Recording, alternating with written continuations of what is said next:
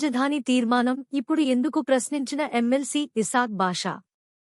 ఈ సందర్భంగా ఆయన మీడియాతో మాట్లాడుతూ, రాజధాని తీర్మానం ఇప్పుడు ఎందుకు, కూటమి ప్రభుత్వం 2028 నాటికి రాజధాని పూర్తి చేస్తామని ప్రకటించిందని, ఇది కేవలం డైవర్షన్ పాలిటిక్స్ అని ఎమ్మెల్సీ ఇసాక్ బాషా ఆరోపించారు.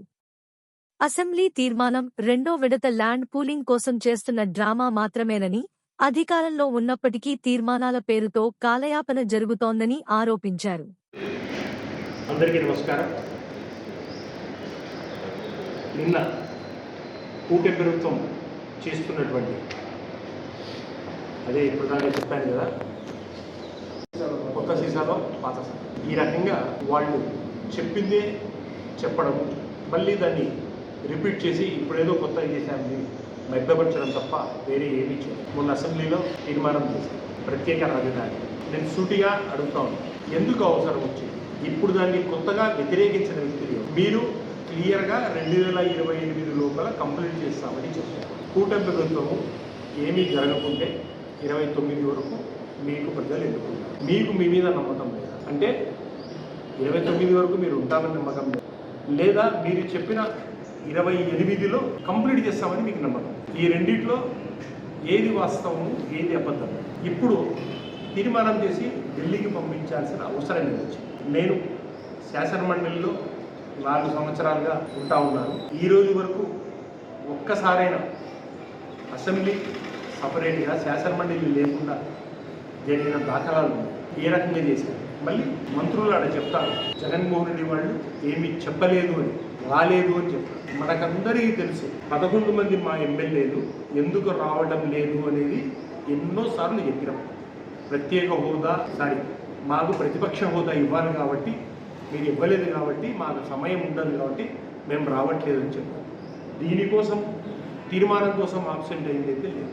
మేము శాసనమండలిలో రెగ్యులర్గా అటెండ్ అవుతాము. ఈ రోజు వరకు ఒక్కసారైనా మీరు శాసనమండలి సపరేట్గా శాసనసభ మాత్రమే ఏర్పాటు చేసిన దాఖలాలు ఉన్నాయి. ఈ తీర్మానానికి మీరు కేవలం ఒక్కరోజు పెట్టి శాసనమండలిని ఎందుకు ఏర్పాటు చేయలేదు?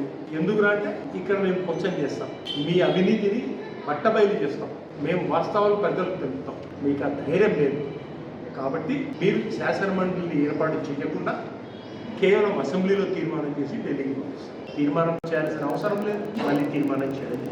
ఎందుకురా అంటే అక్కడ ఉండే రైతులకు అందరికీ మేము మోసం చేస్తాం. క్లియర్గా చెప్తా ఉన్నాను. మొదటి విడతలో 33,000 ఎకరాలు, ఇప్పుడే మన సోదరుడు చెప్పాడు, 33,000 ఎకరాలు. దాని తర్వాత మళ్ళీ దాన్ని 50,000 ఎకరాలుగా ల్యాండ్ పూలింగ్ తీసుకున్నారు. దాదాపుగా 29,000 నుంచి 30,000 రైతుల దగ్గర నుంచి తీసుకోవడం జరిగింది. వాళ్ళకి మీరు రోడ్డు కనెక్టివిటీ ఇచ్చారా, డెవలప్మెంట్ చేశారా, వాళ్ళ ఫ్లాట్లు ఎక్కడున్నాయో చూపెట్టారా? మీరు కొంతమంది ఓపెన్గా చెప్పారు, మాకు చెరువులు పోయినాయని చెప్పినారు. వాళ్ళకి అతిగతి లేకుండా, వాళ్ళని ఏం డెవలప్ చేయకుండా రైతులను ఇబ్బంది పెట్టుకుంటూ పోతూ చేస్తూ ఉన్నారు. మళ్ళీ రెండో విడతగా మీరు డబ్బులు తీసుకోవడం, ల్యాండ్ తీసుకోవడం జరిగింది. ఒకసారి 20,500 ఎకరాలు తీసుకున్నారు, తర్వాత 25,000 ఎకరాలు తీసుకున్నారు, మళ్ళీ కావాలని చెప్పారు. ఒక్క ఎకరాకు 2 కోట్ల రూపాయలు ఖర్చు అవుతుందని మీరే చెప్పడం జరిగింది. పాత 50,000 ఎకరాలకి 1,00,000 కోట్లు కావాలి. మళ్ళీ దగ్గర 50,000 నుంచి 60,000 ఎకరాలు మళ్ళీ సెకండ్ ఫేజ్లో తీసుకుంటాం. అసలు మీరు ఏం చేయదలుచుకున్నారు? ఆంధ్ర రాష్ట్రానికి, అమరావతిని ఏం చేయదలుచుకున్నారు? మీ ధనదాహానికి తప్ప ఇదేమిది? ఇది ల్యాండ్ మాఫియా కాకుండా ఏమంటారు? అది ఎంతమందికి ఇది చేస్తూ ఉన్నారు? ఒక్కొక్క మంత్రికి ఇక్కడ ఎన్ని ఎకరాలు బినామీలు ఉన్నాయి రాష్ట్రం అంతా తెలుస్తూ ఉంది. మళ్ళీ దీనికి పాస్ చేసి తీర్మానం ఢిల్లీకి పంపించారు. ఒక చిన్న ఎగ్జాంపుల్ చెప్తాను మీకు, క్లియర్గా అందరికీ తెలిసిందే. 4% ఎక్సెస్తో మీరు డెవలప్మెంట్ కోసం ఇవ్వడం అపార్ట్మెంట్లు కడతా ఉన్నాయి, హై రేంజ్డ్ అపార్ట్మెంట్స్ కడతా ఉన్నాయి. ఎస్ఎఫ్టీ ఎంత అండి? 11,000 రూపాయలు ఎస్ఎఫ్టీ. నంద్యాలలో మంచి సెంటర్లో 5,000 నుంచి 6,000 రూపాయలు ల్యాండ్ ఫుల్ డెవలప్డ్ అపార్ట్మెంట్ అమ్ముతాం. సిటీలో 6,000 రూపాయలు దొరుకుతాం.